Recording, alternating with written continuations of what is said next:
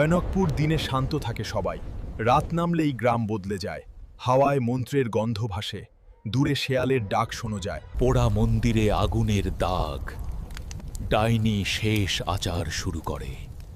আজ রাতেই সব শেষ বউ মাঝখানে নীরব দাঁড়িয়ে, চোখ ফাঁকা, মুখে হাসি। এই শরীর আজ আমার চিরতরে, কোনো শক্তি আর বাঁচাবে না। পালক ছুটে আসে দ্রুত, শরীর ক্ষতবিক্ষত তবু দৃঢ়। আজ ভয় নেই আমার চোখে, এই রাতেই সব শেষ করব। আমি শক্তি চাই না, আমি আমার জীবন দিচ্ছি। চারদিক হঠাৎ থেমে যায়, বাতাস নিঃশব্দ হয়ে দাঁড়ায়।